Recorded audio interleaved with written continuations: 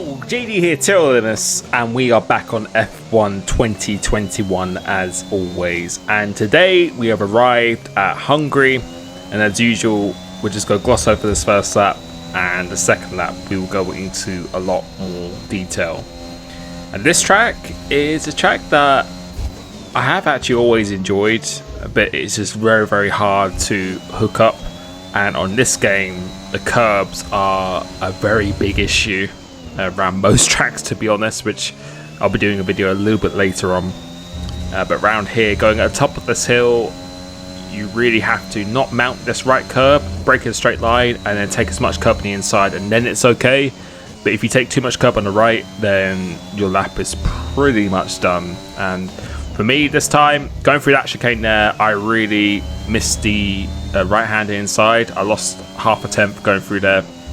So I think we got quite a bit more on the tank in this lap, in fact. And similar to Austria and Canada, I haven't really been spending that much time on the Hotlap and setups recently in terms of getting a lap time, because I really want to come back and try and get the outright road record once everyone has done it. And also it's just about finding the right setup that is very usable. And my setup is very different to everyone else's. It's very good over the curbs, very stable, has a lot more downforce, and it's just so much more user friendly, I feel, in a race situation, because it doesn't slide around and it's just good at absorbing all of the curves. But you can see here, we're going to start this lap, and going into this turn one, you want to be looking to the left hand side, and it's quite a similar story for quite a lot of these corners. Just after the 100 meter board goes out of view, a little bit of feeling, but that's where I start to brake, go down to second gear, up into the third gear, stay nice and tight to the right hand side, and you can see a nice smooth exit. Going through into here, again, just as the 100 meter board goes out of view, it's a bit of a tricky braking zone, but you can use the cab off the corner, you can take a lot of speed, take nice and tight, and then go flat out for this right hander. Up into this hill now, very crucial corner, and as I said before, don't mount this curb, brake in a straight line, take a lot of curb on this inside, and funnily enough, it actually makes it much smoother. Use all of the curb on the outside, aim for this marshal post just before you hit that, that's your turning in point. Third gear, but not really that necessary, and then try and use all of the track on the exit. As the curb starts, that's where you want to be braking. You want to take the right hand curb, not the upper part, but that lower part. You can see we could have been a bit further to the right hand side here, and then as you go into this left, you want to be on the lower portion of the curb, where I'm a little bit on the upper portion. So we lost a bit of time through there, and you can see by the delta we lost some time. As the 50 meter board just before that, that's where you want to be turning in. Use all of the track for the entry, nice light apex, use all of the curb on the exit as you can on the throttle. Going to here, just as the curb starts, that's your turning point, just a little lift and then quickly back on the full throttle. Use all the curb on the exit. Just before the curb starts, that's where you want to be braking. Use all of the track on the entry as much as you can. I don't mount this curb on the inside, I kiss it. I think it's much better for the exit. And just as you go underneath that batter, that's where you want to be braking and turning in. I do a relatively apex here, try to stay nice and tight to the exit. Aim for the black box, and just before you get to it, that's where you want to be turning in. I really throw in the car with a huge amount of speed here, so I stay really nice and tight. I don't really think about the exit, I'm just thinking about trying to carry as much speed as possible through the corner. And you can see we've done a 12.7, under 10th off the world record.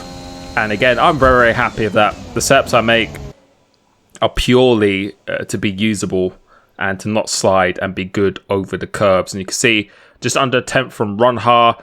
And as I said in my Austria video, this is really, really promising for me to be this close and get up to speed this quickly with this kind of setup.